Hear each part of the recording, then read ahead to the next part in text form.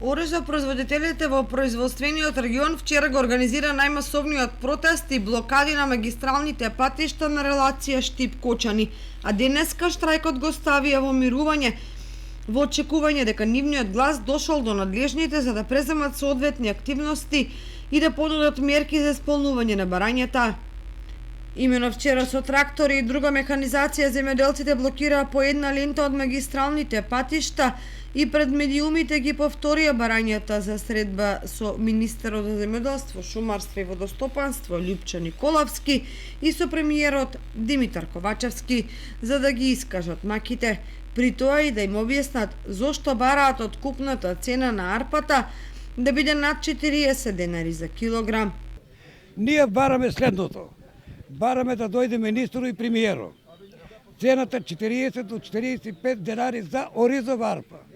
Во колку не најдат за сходно, механизацијата и народот ќе останат на патот за 10, 15 и 20 дена. Ќе оставиме и трактори, ќе го оставиме и оризо, не е ако треба. Ние не можеме за 20 денари да произведуваме храна. Кога нашата производна цена е 35 до 38 денари. Што значи ние немаме средства за општа репродукција да го почнеме да ќе производиме. Повеќе пати излегувавме на овие штрајкове, меѓутоа овој штрајк сега што го правиме, односно оваа блокада, дефинитивно ја правиме затоа што сме доведени на работна екзистенција. Оризовата арпа никогаш не е била пониска од денешната цена.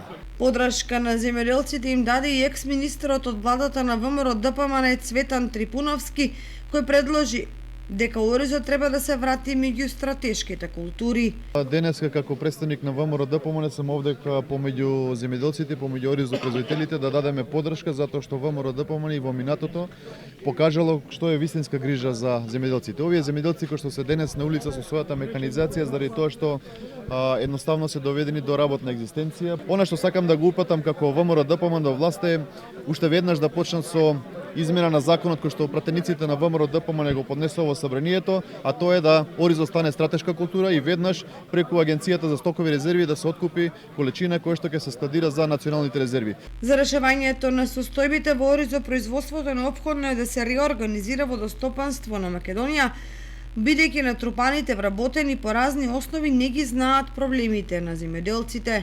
Бараме и апелираме до Министерството за земјоделие да се врати водокорисниците сами да си располагаат со водата и да ги формираме повторно оние водокористички издруженија кои што беа одамна распуштени и самите ние да располагаме со да на одреден датум точно да сееме ориз.